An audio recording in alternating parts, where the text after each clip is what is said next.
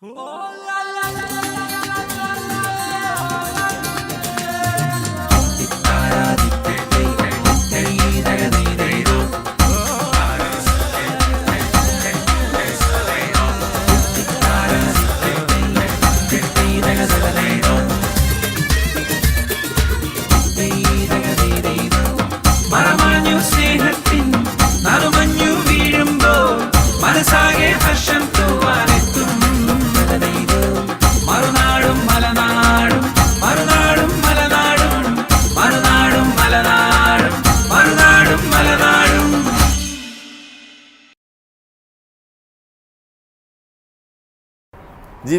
സമ്പൽ സമൃദ്ധമായ ഒരു തീരം തേടി മലനാട്ടിൽ നിന്നും മറുനാട്ടിലെത്തിയവരെ കുറിച്ചാണ് മറുനാടും മലനാടും.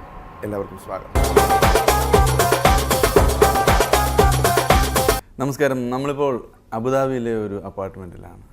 ഇവിടെ താമസിക്കുന്നത് ശ്രീ ജോൺ സാമുവൽ കുരുവിള, പന്തളം സ്വദേശിയാണ്. പന്തളത്ത് കൊടശനാട് സ്വദേശി.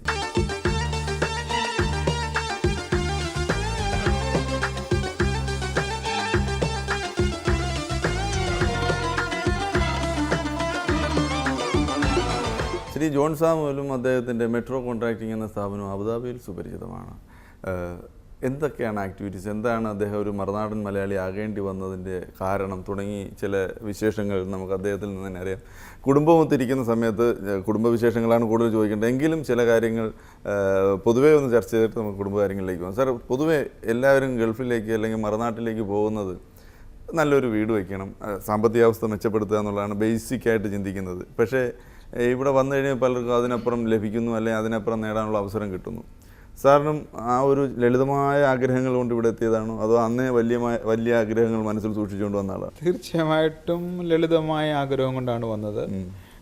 അല്പം കൂടി മെച്ചപ്പെട്ട ഒരു ജീവിത സാഹചര്യങ്ങൾ ഉണ്ടാകുക. കാരണം അന്ന് നമുക്ക് 10, 20, 22, 24 വയസ്സുള്ള സമയത്തെ കാര്യമായി പറഞ്ഞു. അന്ന് ഈ കാര്യങ്ങളൊന്നും ഇല്ലായിരുന്നു. ഇവിടെ വന്നതിന് ശേഷം ഉണ്ടായിട്ടുള്ള കാര്യങ്ങളാണ്. എത്ര വർഷമായി ഇപ്പോൾ ഒരു മറുനാടൻ മലയാളിയായിട്ട്? 32 വർഷം. അതിൽ അബുദാബിയിൽ എത്ര വർഷം? 31 വർഷവും ഞാൻ അബുദാബിയിലായിരുന്നു. 1 വർഷം ദുബൈയിലായിരുന്നു. അത് കഴിഞ്ഞിട്ട് അബുദാബിയാണ്. ആദ്യം വന്നപ്പോൾ ജോലിയായിരുന്നു? എങ്ങനെ ഇവിടെ ജോലിയായിരുന്നു? ഞാൻ ബോംബെയിൽ നിന്ന് റിക്രൂട്ട്മെൻറ്റിലായിട്ട് ഇവിടെ വന്നതിന് ശേഷം ഞാൻ ഇവിടുത്തെ ഗവൺമെൻറ് ഡിപ്പാർട്ട്മെൻറ്റിലായിരുന്നു. അബുദാബി ഗവൺമെൻറ്റിൻ്റെ സർവീസിലായിരുന്നു. ഏതാണ്ട് 15 വർഷത്തോളം അവിടെയായിരുന്നു. അപ്പോൾ അതിൽ 15 വർഷം സർവീസ് ചെയ്ത് കഴിഞ്ഞപ്പോൾ എനിക്ക് തന്നെ ഒരു ആഗ്രഹം തോന്നി, എന്തെങ്കിലും കാര്യങ്ങൾ കൂടുതലായിട്ട് ചെയ്യണമെന്ന്. ചെറിയ പ്രസ്ഥാനം 2-3-4 പേരെ കൊണ്ട് തുടങ്ങി. അതിന് ഇത്രത്തോളമായി. അത്ര തന്നെ. നാട്ടിൽ എങ്ങനത്തെ ഒരു പശ്ചാത്തലമായിരുന്നു?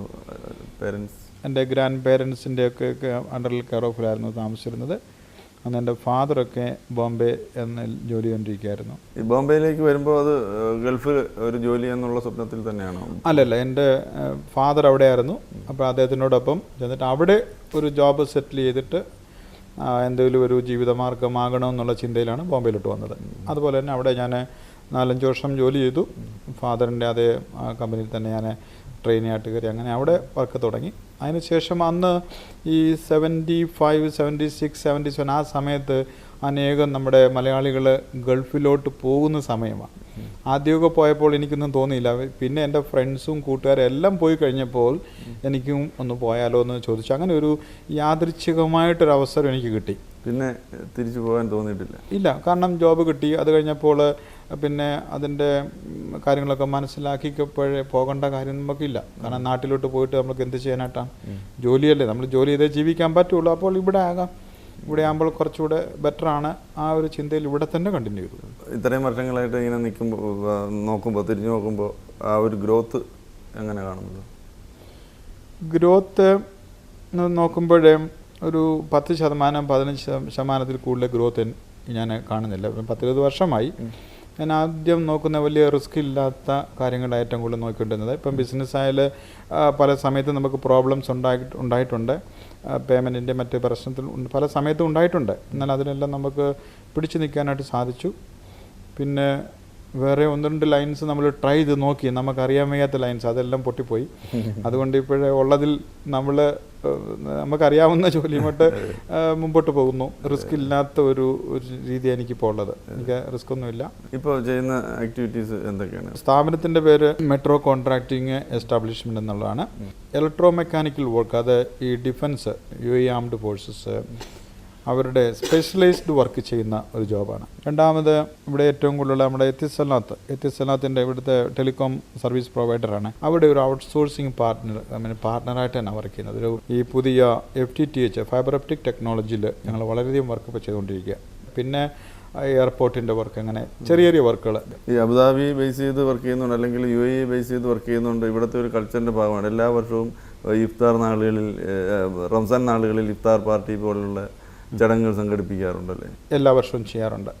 എൻ്റെ പാർട്ണർ ഒരു UAE നാഷണലാണ്. അദ്ദേഹത്തിൻ്റെ ഫാമിലിയും ഞങ്ങളുടെ ഫാമിലിയുമായിട്ട് വളരെ അടുത്താണ്. പിന്നെ ഈ രാജ്യത്ത് എല്ലാ നാഷണാലിറ്റീസും ഉണ്ട്. 10-30 പാകിസ്ഥാനി എഞ്ചിനീയേഴ്സ് നമുക്ക് വർക്ക് ചെയ്യുന്നുണ്ട്. ബംഗ്ലാദേശ്, പിന്നെ നേപ്പാൾ, ശ്രീലങ്കൻസ്, ഇന്ത്യൻസ്, അങ്ങനെ എല്ലാ നാഷണാലിറ്റി, ആരബ്സ്, അങ്ങനെ എല്ലാവരും കൂടെ ചേർന്നുള്ളതാണ്. റിലീജിയൻ ആണെങ്കിലും ഈ എല്ലാ റിലീജിയൻസും ഇവിടെ ഉണ്ട്. കാരണം നമ്മൾ ഒരു കാര്യം നോക്കിയാൽ, ഈ UAE പ്രത്യേകിച്ച് നോക്കിയാൽ, യുണൈറ്റഡ് അറബ് എമിറേറ്റ്സ്, അത് നമ്മളിപ്പോൾ അബുദാബിയുടെ നമ്മുടെ ഇപ്പോഴേ Sheikh Zayed Sultan Al Nahyan, father of the nation എന്ന് ആദരിക്കപ്പെടുന്നതിൻ്റെ 10ാമത്തെ ചരമ വർഷമാണിത്. അദ്ദേഹത്തിനെ സംബന്ധിച്ച് പറഞ്ഞാലും ഈ രാജ്യത്തിൻ്റെ വളർച്ചയ്ക്ക് അദ്ദേഹം ലാംഗ്വേജോ, റിലീജിയന്, കളറ്, നാഷണാലിറ്റി അദ്ദേഹം നോക്കിയിട്ടില്ല. അപ്പോഴേ ഇവിടെയുള്ളൊരു സ്ഥാപനം എന്ന രീതിയിൽ ആ ഒരു ക്ലിയർ പോളിസി, അല്ലാതെ വ്യക്തിപരമായിട്ടും എൻ്റെ ഒരു പോളിസി തന്നെയാണ്. ജാതി, മതം, കാര്യങ്ങളെന്നുള്ളത് നമുക്കില്ല. നമ്മളൊരു കംപ്ലീറ്റ് സെക്കുലറായിട്ടുള്ളൊരു ഫീലിംഗ് എനിക്ക് ഉള്ളത്. എല്ലാ മതങ്ങളെയും റെസ്പെക്റ്റ് ചെയ്ത്, എല്ലാവരെയും റെസ്പെക്റ്റ് ചെയ്ത് പോകുന്നതാണ്. അതുകൊണ്ടാണ് ക്രിസ്ത്യാനിയായ ഞാൻ ഇന്ന് ആ ഒരു ഇഫ്താർ സംഘടിപ്പിച്ചതും.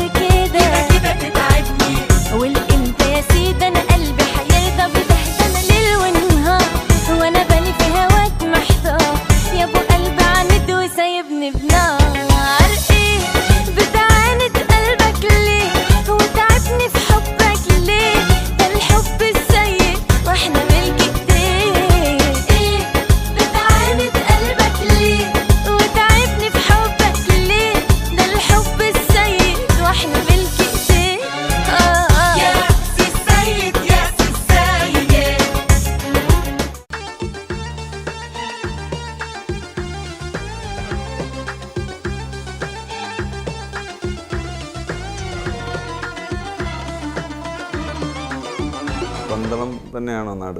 നിരണത്ത് വന്ന് പന്തളത്ത് വന്ന് താമസിക്കുന്ന 45 വർഷമായി. അപ്പോൾ പന്തളവും നിരണവും തമ്മിൽ വലിയ ദൂരമൊന്നുമില്ല അല്ലേ? അടുത്തല്ലേ? പപ്പായുടെ അമ്മച്ചിയുടെയും ജോലി അനുസരിച്ച്.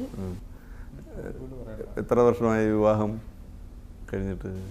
30 വർഷം. 30 വർഷമായിട്ട് ഇവിടെ തന്നെ ഉണ്ടോ? ആ. അപ്പോൾ വിവാഹത്തിന് മുമ്പ് ഒരു ഗൾഫുകാരനെ വിവാഹം കഴിക്കണമെന്നായിരുന്നു ആഗ്രഹം? ഇല്ലായിരുന്നു. അങ്ങനെ ഒരു ചിന്ത മനസ്സിലില്ലായിരുന്നു. പിന്നെ വന്ന് പെട്ടപ്പോൾ അങ്ങ് സമ്മതിച്ചതാണ്. അപ്പോൾ ഇവിടെ വന്നപ്പോൾ എങ്ങനെയായിരുന്നു ആദ്യ ആളുകൾ? എൻ്റെ സിസ്റ്റർ നേരത്തെ ഇവിടെ ഉണ്ടായിരുന്നു, അങ്ങനെ കേട്ടറിവുണ്ടായിരുന്നു. പിന്നെ എൻ്റെ ബ്രദർ വന്നു. ഇവിടെ ഒട്ടകമൊക്കെയാണ്, മരുഭൂമിയൊക്കെ ആണെന്നൊക്കെ പറഞ്ഞു കേട്ടിട്ടുണ്ടായിരുന്നു. ഇതുപോലൊന്നും ഇത്രയും ഡെവലപ്ഡ് അല്ല. ഇല്ല ഇല്ല. അപ്പോൾ അവർ വന്നപ്പം അവരൊക്കെ ഉണ്ടല്ലോ എന്നാലേ സമ്മതിച്ചേക്കാവുന്നുണ്ട്. ഇവിടെ വന്ന് എന്തെങ്കിലും വർക്ക് ചെയ്യുക മറ്റോ ചെയ്തോ? അക്കൗണ്ടൻ്റായിട്ട് വർക്ക് ചെയ്യാൻ കുറച്ച് നാൾ വർക്ക് ചെയ്തു. അത് കഴിഞ്ഞപ്പോൾ ഇനിയിപ്പോൾ വലിയ കാശിൻ്റെ ആവശ്യമൊന്നും ഇല്ലാന്ന് തോന്നിയപ്പോൾ പണി അതല്ല, ഇവർ പിന്നെ ബിസിനസ് ആയിക്കുമ്പോൾ സമയത്തിന് വരത്തില്ല. അപ്പോൾ അവരെ കെയർ ചെയ്യണം. അതുകൊണ്ട് കുട്ടികളുടെ കാര്യങ്ങൾ. പിള്ളേരുടെ പഠിത്തവും. എത്ര മക്കൾ?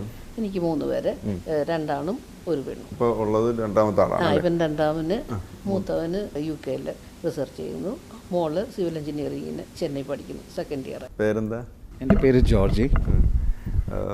ഇപ്പോൾ എന്താ വിദ്യാഭ്യാസം കഴിഞ്ഞോ അതോ? ഞാൻ എൻ്റെ പോസ്റ്റ് ഗ്രാജുവേറ്റ് UK തീർന്നിട്ട് ഞാനിപ്പം ഫാദറിൻ്റെയാണ്. കഴിഞ്ഞ 4 years ആയിട്ട് ബിസിനസ്സിലും വേറെ ഡൈവേഴ്സിഫിക്കേഷനായിട്ട് ഞാനിങ്ങനെ ഒരു വിധമായി ഫാദറിൻ്റെ കൂടെ ഇപ്പോൾ PhD എടുത്തുകൊണ്ടിരിക്കുകയാണ്. അദ്ദേഹത്തിൻ്റെ കോച്ചിങ്ങിൽ ഇങ്ങനെ ഓൾമോസ്റ്റ് തീരാറായി. Learning every day. ബിസിനസ് നോക്കുന്ന തരത്തിൽ തന്നെ ആ ഒരു ആംഗിളിലായിരുന്നു പഠിക്കുന്ന സമയത്ത് ചോദിച്ചത്. കാരണം ബ്രദർ സയന്റിസ്റ്റായി. എൻ്റെ ബ്രദർ തീർച്ചയായിട്ടും നമ്മൾ കൊച്ചു പിള്ളേരായപ്പോഴും തന്നെ വി വർ ഓൾവേസ് എൻകറേജ് നമ്മുടെ ഓൺ ലൈൻ എടുക്കാനും നമ്മുടെ മനസ്സിന് ഇഷ്ടമുള്ളൊരു സബ്ജക്റ്റും പഠിക്കാൻ നല്ല സപ്പോർട്ടും തന്നിട്ട് ഇഷ്ടമുള്ള കോഴ്സ് എടുക്കാൻ പറഞ്ഞു. ഒരു ഫോഴ്സോ കമ്പൾഷനോ ഇല്ലാതാണ്. നമുക്കൊരു വീട്ടിലൊരു ഓപ്പൺ കൾച്ചർ ആയതുകൊണ്ട് നമുക്ക് ഇഷ്ടമുള്ളത് പഠിക്കാനും കാര്യങ്ങളൊക്കെ ആയിട്ട്. പിന്നെ നമുക്കൊരു സ്പെസിഫിക് ഫോക്കസ് ഇല്ല. നമുക്ക് ലൈഫിൽ എല്ലാവർക്കും ഒരു ഇൻഡിവിജ്വൽ സ്ട്രെങ്ത്തും ഉണ്ടാവണം. അത് മാത്രമേ ഫോക്കസ് ചെയ്യുള്ളൂ. At the end of the day നമ്മളെല്ലാവരും തന്നെയാണ്. വി നീഡ് ടു ഹാവ് നമ്മുടെ ഒരു സ്കില്ല്, ഒരു പേഴ്സണൽ സ്കില്ല് ഉണ്ടായിരിക്കണം, ഒരു സ്ട്രെങ്ത് ഉണ്ടായിരിക്കണം. ആ ഒരു ഫോക്കസിലാണ് മൂവ് ചെയ്തത്.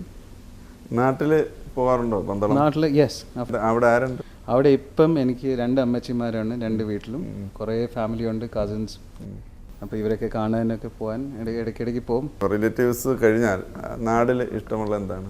നാട്ടിലെ ഇഷ്ടം എന്ന് വെച്ചാൽ എന്നെ കണ്ടറിയാം ഒരു ഭക്ഷണപ്രിയനായതുകൊണ്ട് നാട്ടിലെ ഭക്ഷണം എന്ന് പറയാം. പിന്നെ എനിക്ക് ഏറ്റവും മിസ്സാണ്, ഞാൻ നാട്ടിലൊക്കെ പഠിച്ചതാണ്. ബോർഡിങ്ങിലും കോളേജിലൊക്കെ നാട്ടിലാണ്. ചെന്നൈയും ബാംഗ്ലൂരിലൊക്കെയാണ് പഠിച്ചത്. അപ്പോൾ എനിക്ക് ശരിക്കും പറഞ്ഞാൽ ക്ലൈമറ്റ് ഒത്തിരി മിസ് ചെയ്യുന്നു. അവിടുത്തെ മഴയും അവിടുത്തെ ആ ഒരു കാലാവസ്ഥയും വീട്ടിലെ ചുറ്റും വരവും പിന്നെ നമ്മുടെ നാടൻ കുറേ കാര്യങ്ങളൊക്കെ നല്ലോണം മിസ് ചെയ്യുന്നുണ്ട്. ഞാൻ ഇടയ്ക്ക് ആ ഫോട്ടോ ഒന്ന് ശ്രദ്ധിച്ചു, പഴയ ഫോട്ടോ. നിങ്ങൾക്ക് ആ ഒരു രൂപമൊക്കെ ഓർമ്മയുണ്ടോ? നിറച്ച് മുടിയൊക്കെ ആയിട്ട് ഒട്ടുമില്ല, മെലിഞ്ഞ, കാണുമ്പോഴേ ഈ രൂപത്തിലാണ്.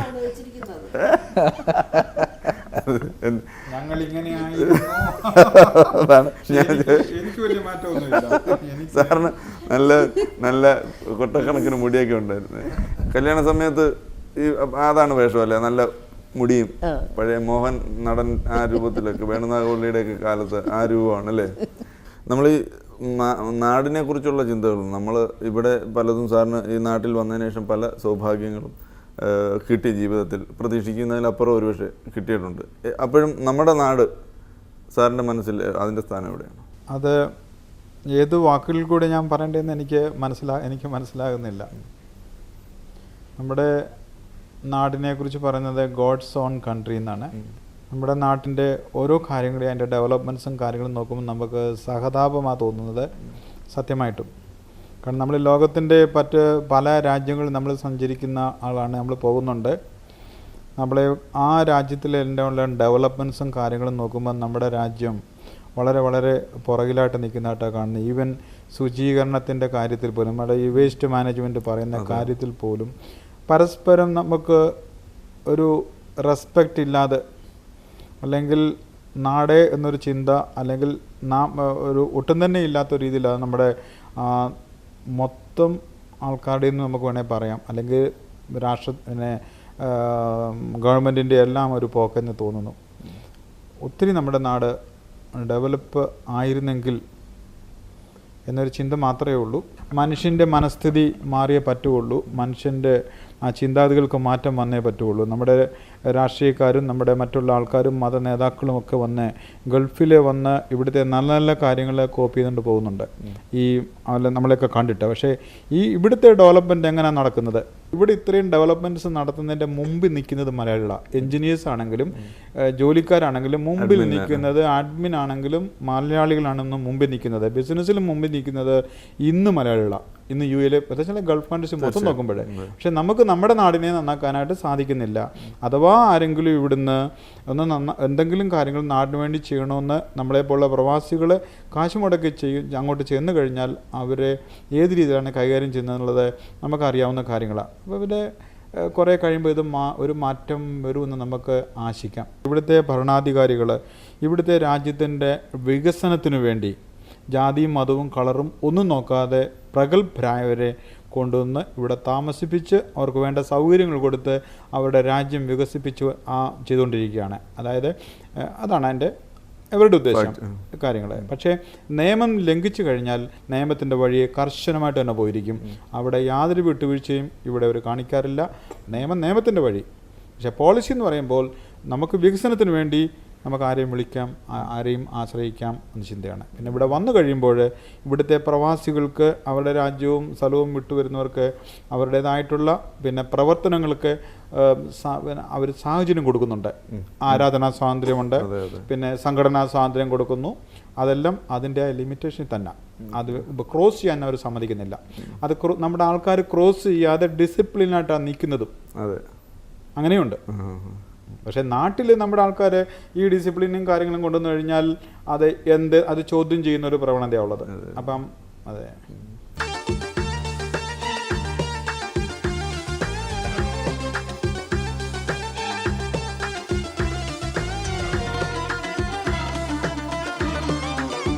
ഇവിടെ നല്ല ട്രാഫിക് റൂൾ ഒബേ ചെയ്ത് വണ്ടി ഓടിക്കുന്ന ആൾ നാട്ടിൽ ലീവ് എടുത്ത് ഒരു മാസം നിൽക്കാൻ പോയാൽ അവിടെ ചെല്ലുമ്പോൾ റെഡ് സിഗ്നൽ തെറ്റിച്ച് ഓടിക്കും. അവിടെ ചെല്ലുമ്പോൾ അങ്ങനെ തന്നെയാണ് ശരി. ഇവിടുന്ന് പോകുന്നവർ അങ്ങനെയാണെന്ന് എനിക്ക് തോന്നുന്നില്ല. ഇവിടുന്ന് പോകുന്നവർ കുറച്ചൊക്കെ ഈ ഒരു രീതിയിൽ തന്നെ പ്രവർത്തിക്കാനും പോകാനും, പക്ഷേ സാഹചര്യത്തിന്റെ രീതിയിൽ സമ്മതിക്കത്തില്ല. അയാൾ ഫ്രണ്ടിൽ നിന്ന് ബാക്കിൽ നിന്ന് ഓട്ടോറിക്ഷക്കാരൻ ഹോൺ അടിച്ചിട്ട് ഓടിക്കും. അത്രയേ ഉള്ളൂ. ഇപ്പം ഞാൻ തന്നെ ചെന്ന് കഴിഞ്ഞാൽ ഞാൻ വണ്ടി ഓടിക്കാറില്ല. ഞാൻ ഇവിടെ വണ്ടി ഓടിക്കും, സ്പീഡിൽ പോകും. പക്ഷേ നാട്ടിൽ ചെല്ലുമ്പോഴേ എനിക്ക് ബുദ്ധിമുട്ടാണ്. ഞാൻ അതിനൊരു സാഹസത്തിന് മുതിരാറില്ല. ഡ്രൈവറോട് പറയുമായിട്ട് വണ്ടി ഓടിക്കും, ഞാൻ ഇരുന്നോളും. അങ്ങനെയാണ്. ഇവിടുത്തെ മറ്റ് സോഷ്യൽ ആക്ടിവിറ്റീസ് പല ഓർഗനൈസേഷൻസ് ഉണ്ടെന്ന് സാർ തന്നെ പറഞ്ഞു. ഇവിടെ ഇന്ത്യൻ കമ്മ്യൂണിറ്റിക്ക് ഇവിടെ ആദ്യമായിട്ടുള്ളത് ഇന്ത്യ സോഷ്യൽ സെൻറ്റർ എന്നുണ്ട്.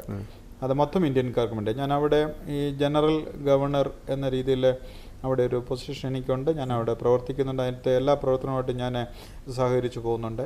പിന്നെ ഇവിടുത്തെ മലയാളികൾക്ക് മാത്രമായിട്ടുള്ള മലയാളി സമാജം, കേരള സോഷ്യൽ സെൻറ്റർ, മറ്റങ്ങനെയുള്ള ചില സംഘടനകളുണ്ട്. അവരുമായിട്ട് അവരുടെ പ്രവർത്തനമായിട്ട് ഇങ്ങനെ സഹകരിക്കാറുണ്ട്. ഇവരെല്ലാം തന്നെ ചെയ്യുന്നത് നാട്ടിൽ ചാരിറ്റി വർക്കുകൾ, ഡെവലപ്മെൻറ്റ്സ് ഇതൊക്കെ ചെയ്യുമ്പോൾ നമ്മളായിട്ടുള്ള ഒരു സഹകരണവും സപ്പോർട്ടും ചെയ്യാറുണ്ട്. പിന്നെ അല്ലാതെ ഞാൻ വ്യക്തിപരമായിട്ട് പറഞ്ഞാൽ ഈ വേൾഡ് മലയാളി കൗൺസിൽ എന്ന് പറയുന്ന ഒരു സംഘടന ഉണ്ട്. അതിൻ്റെ ഒരു കാര്യമായ ഒരു നേതൃത്വം ഞാൻ കൊടുക്കുന്നുണ്ട്. അത് ഇപ്പോഴേ മിഡിൽ ഈസ്റ്റ് പ്രസിഡന്റ് എന്ന രീതിയിൽ ഞങ്ങൾ വർക്ക് ചെയ്തുകൊണ്ടിരിക്കുന്നു. വേൾഡ് മലയാളി കൗൺസിലിൻ്റെ നേതൃത്വത്തിൽ ഞങ്ങൾക്ക് ചില കാര്യങ്ങൾ സോഷ്യലായിട്ടും മറ്റു കാര്യങ്ങളുമായിട്ട് നാട്ടിൽ ചെയ്യണമെന്ന് ഞങ്ങൾക്ക് ആഗ്രഹമുണ്ട്. ഞങ്ങൾ ഇപ്പം മുമ്പേ തന്നെ പറഞ്ഞ വേസ്റ്റ് മാനേജ്മെൻറ്റ് സിസ്റ്റത്തിനെ കുറിച്ച് ഞങ്ങൾ ഗവൺമെൻറ് തലത്തിൽ ഒരു റിപ്പോർട്ട് കൊടുത്തിരുന്നു. നമുക്ക് ഇൻവെസ്റ്റേഴ്സിനെ കൊണ്ടുവന്ന് അത് ചെയ്തെടുക്കാം. വിളപ്പിൽശാല പ്രശ്നം നമുക്കത് പരിഹരിച്ചുകൊണ്ട് നമുക്ക് ചെയ്യാൻ പറ്റുന്ന പല പ്രൊപ്പോസൽസും കൊടുത്തു. പക്ഷേ അത് എന്തുകൊണ്ടോ അത് മുമ്പോട്ട് പോകാനായിട്ട് സാധിക്കുന്നില്ല. അങ്ങനെ ഗവൺമെൻറ്റോ ആരെങ്കിലും നമ്മളോട് സഹകരിക്കാനായിട്ട് താല്പര്യമുണ്ടെങ്കിൽ വേൾഡ് മലയാളി കൗൺസിൽ ഈ വേസ്റ്റ് മാനേജ്മെൻറ്റിൻ്റെ ചെറിയ കാര്യങ്ങൾ ചെയ്യാനായിട്ട് ഞങ്ങൾക്ക് ഇപ്പോഴും താല്പര്യമുണ്ട്. ഇപ്പോഴും ഞങ്ങളുടെ അതിൽ ചിന്തയിൽ നിൽക്കുകയാണ്. അതുപോലെ തന്നെ അച്ചീവേഴ്സ് ടോപ്പ് മലയാളീസിൻ്റെ എണ്ണത്തിൽ സാറും പെട്ടിട്ടുണ്ട്. സാറിനെ കുറിച്ച് അച്ചീവേഴ്സ് എന്ന ജേണലിൽ അതിനെക്കുറിച്ച് പ്രതിപാദിച്ചിട്ടുണ്ട്, സാറിനെ പ്രസൻറ്റ് ചെയ്തിട്ടുണ്ട്. അപ്പോൾ അത്തരത്തിലൊക്കെ ഈ സോഷ്യൽ ഓർഗനൈസേഷൻസുമായിട്ടുള്ള ബന്ധവും ബിസിനസ്സിനപ്പുറമുള്ള ഒരു വ്യക്തിത്വം ആണ് അവിടേക്ക് എത്താൻ കാരണമെന്ന് തോന്നുന്നു. അതെ, ജനറലി നമുക്ക് സൊസൈറ്റിക്ക് വേണ്ടി, മാൻകൈൻഡിന് വേണ്ടി എന്തെങ്കിലും കാര്യങ്ങൾ പ്രവർത്തിക്കണം നമുക്കൊരു ചിന്ത മനസ്സിൽ കിടപ്പുണ്ട്. അത് കൊച്ചുനാൾ മുതലേ നമ്മൾ നമ്മുടെ ചെറുപ്പകാലങ്ങളിലെ ഈ ബാലയന സഖ്യങ്ങളുണ്ടായിരുന്നു. അപ്പം നമ്മൾ അതിൽ കൂടെ പ്രവർത്തിച്ച് പിന്നെ ഞങ്ങളുടെ ഈ ചർച്ച് സംബന്ധമായിട്ടുള്ള അതിലും ഓരോ പ്രവർത്തനങ്ങളൊക്കെ പ്രവർത്തിച്ചാൽ ഞാൻ ചെറുപ്പത്തിലേ മുമ്പോട്ട് വന്നിട്ടുള്ളത്. അപ്പോൾ അത് ഇപ്പോഴും തുടരുന്നു. ഇപ്പോൾ എനിക്ക് കൂടുതൽ സാഹചര്യങ്ങളുണ്ട്. ഞങ്ങളുടെ ഈ സഭയുടെ ആയിട്ടുള്ള രീതിയിലും ചില കാര്യങ്ങൾക്ക് ഞാൻ നേതൃത്വം കൊടുക്കുന്നുണ്ട്. സഭാ മേലധ്യക്ഷൻ്റെ ഡയറക്റ്റ് കൺട്രോളിൽ ചില കാര്യങ്ങൾ ഞാൻ ചെയ്യുന്നുണ്ട്. ഈ പറഞ്ഞ ഓർഗനൈസേഷൻ വേൾഡ് മലയാളി കൗൺസിലോ മറ്റിടത്തൊക്കെ പോകുമ്പോൾ അതിനുള്ള വനിതാ വിങ്ങൊക്കെ കാണുമല്ലോ, അവിടെയൊക്കെ പരദൂഷണം പ്രസിഡൻ്റാണ്. ഇത്രയും ഗൗരവമായിട്ടും സരളമായിട്ടും ചില കാര്യങ്ങളൊക്കെ പറഞ്ഞെങ്കിലും ഞാൻ ഏത് മറുനാടൻ വീട്ടിൽ പോയാലും ഒരു മലയാളം വാക്ക് പറയും, അത് തെറ്റാതെ പറയണം എന്ന് വാശി പിടിക്കാറുണ്ട്. അത് നിങ്ങൾ ഇപ്പോൾ പറയും എൻ്റെ മുമ്പിൽ എന്ന് ഞാൻ വിചാരിക്കുന്നു. ചരലുരുളുമ്പോൾ ഉരലുരുളില്ല. അത് ഒരു രക്ഷയില്ല. പഴം എന്നെല്ലാം പറഞ്ഞാൽ പിന്നെയും പറയാൻ പറ്റും.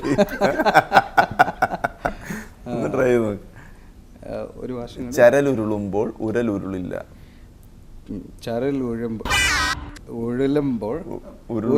ഉരുളുമ്പോൾ ഉരലുരുളില്ല. ഉരുളില്ല. ചരലുരുളുമ്പോൾ ഉരലുരുളില്ല. ഉരുളുമ്പോൾ ഉരുളത്തില്ല. ചരൽ ഉരുളുമ്പോൾ ഉരുളില്ല. ചരൽ ഉരുളും ചരൽ ഉരുളുമ്പോൾ ഉരുളില്ല. ഉരളല്ല, ഉരൽ. ചരൽ ഉരുളുമ്പോൾ ഉരുളില്ല.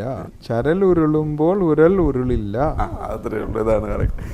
ഒന്നുമില്ല സാർ, നമ്മൾ ഗൗരവമായി പഠിച്ച് നമ്മൾ ഗൗരവമായിട്ടും അല്ലാതെയും കുറച്ച് കാര്യങ്ങൾ ഈ മറുനാടൻ മലയാളികൾ അവരുടെ ഒരു ജീവിതം, അവരുടെ ഒരു സന്തോഷം, അവരുടെ ഒരു ഐശ്വര്യം ഒക്കെ കാണുകയും അവരോടൊപ്പം അല്പസമയം ചെലവഴിക്കുകയും ചെയ്യുക എന്നുള്ളത് ആണ്. കാരണം എപ്പോഴും നമ്മൾ പ്രവാസികൾ അല്ലെങ്കിൽ ഗൾഫുകാരൻ എന്നൊക്കെ പറഞ്ഞ് ചിലരെ ഇങ്ങനെ കാണുമ്പോഴത്തേ അവരുടെ ഒരു വസ്ത്രധാരണം അല്ലെങ്കിൽ അവരുടെ ഒരു വാഹനത്തെയോ കണ്ട് നമ്മളിങ്ങനെ കൗതുകത്തോടെ നോക്കി പറയുമ്പോഴും അവരെന്താണ് ഇവിടെ എന്ന് യഥാർത്ഥത്തിൽ അന്വേഷിക്കുക അല്ലെങ്കിൽ അവർ അത് അറിയുകയാണ് ഞങ്ങൾ ഇങ്ങനെ മറുനാടും മലനാടും എന്ന പരിപാടിയിലൂടെ ഉദ്ദേശിക്കുന്നത്. ക്രീക്ക് പാസഞ്ചർ ട്രാൻസ്പോർട്ട് ദുബായിൽ എല്ലാവർക്കും അറിയാവുന്ന ഒരു സ്ഥാപനമാണ്. അപ്പോൾ ക്രീക്ക് നൽകുന്ന ഒരു സമ്മാനം നിങ്ങൾക്കുണ്ട്. മറുനാടും മലനാടും കണ്ട്, മറുനാട്ടിലെ ജീവിതങ്ങൾ കണ്ട്, അതിൻ്റെ സമ്പന്നത കണ്ട്, അതിൻ്റെ സന്തോഷം കണ്ട് അങ്ങനെ ഒരു ജീവിതം കൊതിക്കുന്ന ധാരാളം ചെറുപ്പക്കാരുണ്ടാകും. അവർ ശ്രദ്ധിക്കാൻ വേണ്ടിയിട്ടാണ് ഇനി പറയുന്ന കാര്യങ്ങൾ. അൽസാബിക് പ്രൊഫഷണൽ ഇൻസ്റ്റിറ്റ്യൂഷൻ നടത്തുന്ന കോഴ്സുകൾ ഇലക്ട്രിക്കലിൽ തന്നെ ഇൻഡസ്ട്രിയൽ ആൻഡ് കൊമേഴ്സ്യൽ വയറിങ്, അതിൻ്റെ കോൺഡ്യൂട്ടിങ്, ഇതെല്ലാം ഗൾഫ് രാജ്യങ്ങൾ ചെയ്യുന്ന അതേ രീതിയിൽ തന്നെ അവിടെ ട്രെയിനിങ് കൊടുക്കുകയും അതേപോലെ തന്നെ മെക്കാനിക്കൽ, ഫാബ്രിക്കേഷൻ, വെൽഡിങ്, ഇത് അവിടെ തന്നെ ഇതിന് ട്രെയിനിങ് കൊടുക്കുകയും 6G 3G ആർക്ക് വെൽഡിങ് പഠിപ്പിക്കുകയും അതിന് ടെസ്റ്റ് കൊടുക്കുകയും ചെയ്യുകയും കമ്പ്യൂട്ടർ നെറ്റ്വർക്കിങ്ങിൽ കേബിളിങ്, ഫൈബർ പ്ലേസിങ് ഇങ്ങനെയുള്ള തൊഴിലുകൾക്ക് കൂടുതലായി ട്രെയിനിങ് കൊടുക്കുകയും ഞങ്ങളുടെ ഇൻഹൗസിൽ തന്നെ അവർക്കൊരു പ്രൊഫഷണൽ ടെസ്റ്റ് കൊടുക്കുകയും ആ ടെസ്റ്റിൽ പാസ്സാവുകയാണെന്നുണ്ടെന്നുണ്ടെങ്കിൽ സമയബന്ധിതമായി വളരെ തുച്ഛമായ ഫീസ് റേറ്റിൽ അവർ വിത്ത് പ്ലേസ് ചെയ്യുന്ന മിഡിൽ ഈസ്റ്റ് രാജ്യങ്ങളിലേക്ക് പല പ്രൊഫഷണൽ കമ്പനികളിലേക്ക് പ്ലേസ് ചെയ്യാൻ വേണ്ടി ഉള്ള ഒരു സ്ഥാപനമാണ് Alsabiq professional institution and human resource centre. ഏനിതൊന്നും അറിഞ്ഞതേയില്ലേ പുന്നാര പൂങ്കുയിലേ, കദളി ചെങ്കദളി പൊൻകദളി പൂവേണോ, കവിളിൽ പൂമകമുള്ളൊരു പൂവേണോ പൂക്കാര. പ്രേക്ഷകർക്ക് വിനോദത്തിൻ്റെയും വിജ്ഞാനത്തിൻ്റെയും പുതുമകൾ പകർന്നു നൽകിയ മറുനാടും മലനാടും ഇന്ന് തൽക്കാലം ഇവിടെ പൂർണ്ണമാകുകയാണ്. അതിനു മുമ്പ് ഒരു കാര്യം, നിങ്ങളുടെ വിലയേറിയ അഭിപ്രായങ്ങളും നിർദ്ദേശങ്ങളുമാണ് മറുനാടും മലനാടിൻ്റെയും ശക്തി. അതുകൊണ്ട് എഴുതാൻ മറക്കരുത്, സമ്മാനങ്ങൾ നേടാനും മറക്കരുത്. എല്ലാവർക്കും സമ്മാനങ്ങൾ എഴുതുക, സമ്മാനങ്ങൾ നേടുക. മറുനാടും മലനാടും ഇനി അടുത്ത ആഴ്ച.